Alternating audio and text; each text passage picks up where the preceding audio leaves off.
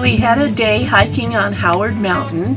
It was stunningly beautiful here in Joseph, Oregon. But I did get my stitchery done, my coloring and my backstitch.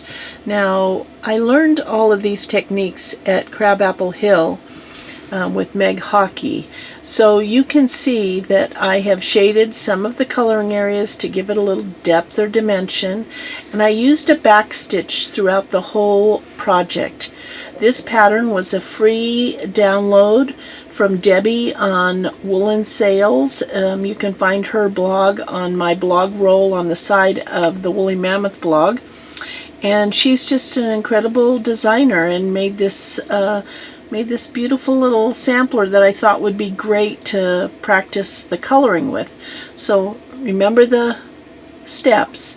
You're going to first use a .01 brown micron pen to trace your pattern, and then you're going to color your entire motif with a white color crayon, and that is to give it that watercolor look.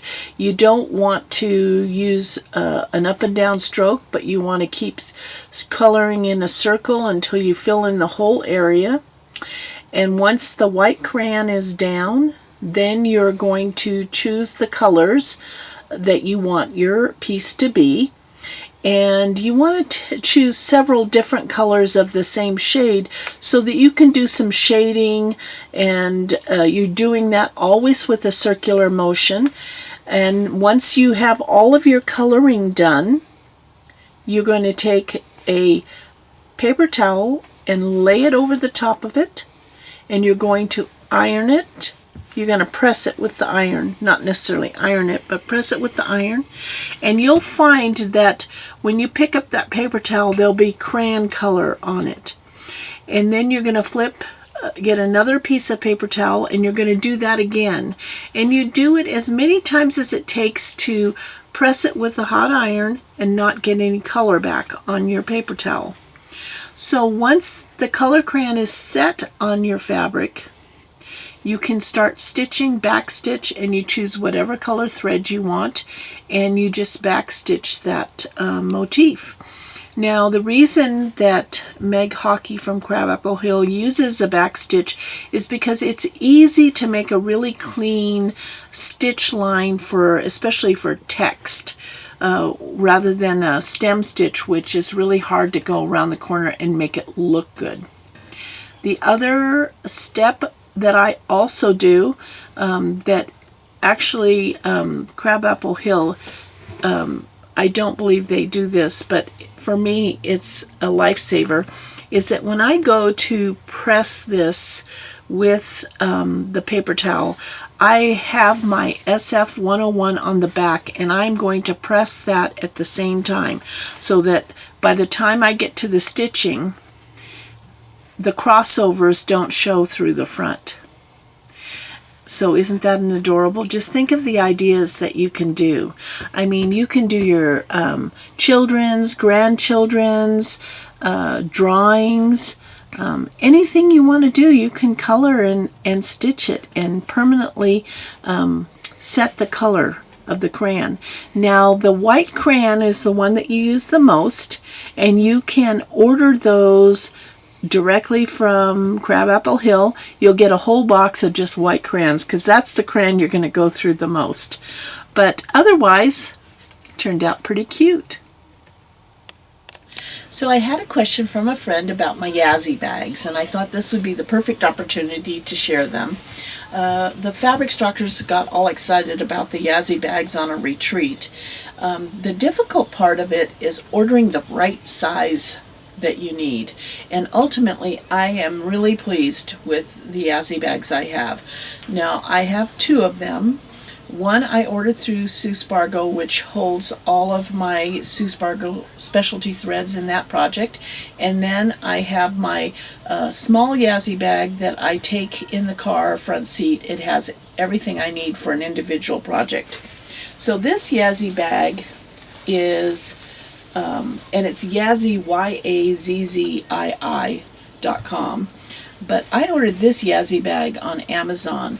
It is about, you have to be careful of the sizes, but this one is about a 9 by 7.5 inch bag, and it holds everything I need for a specific project. So,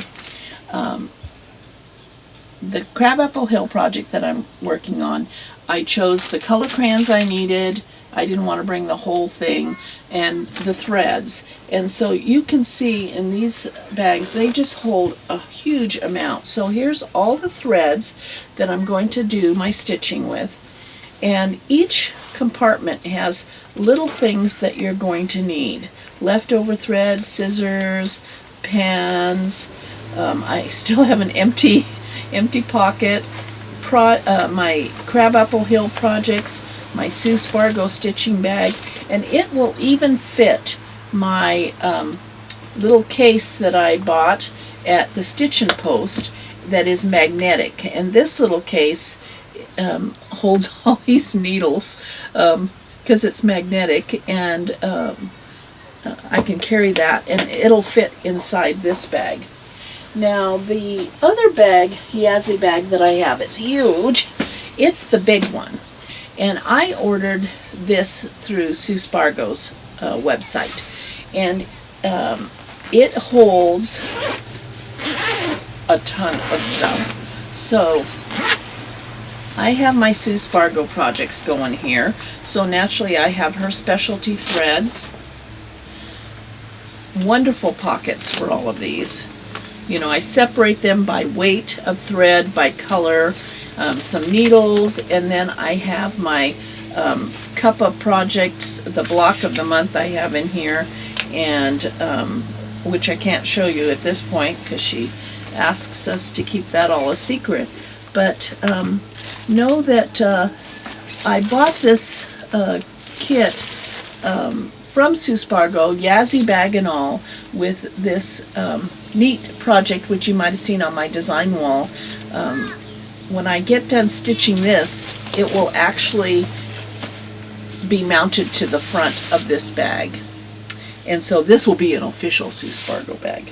But this one is like 14.5 by 10, and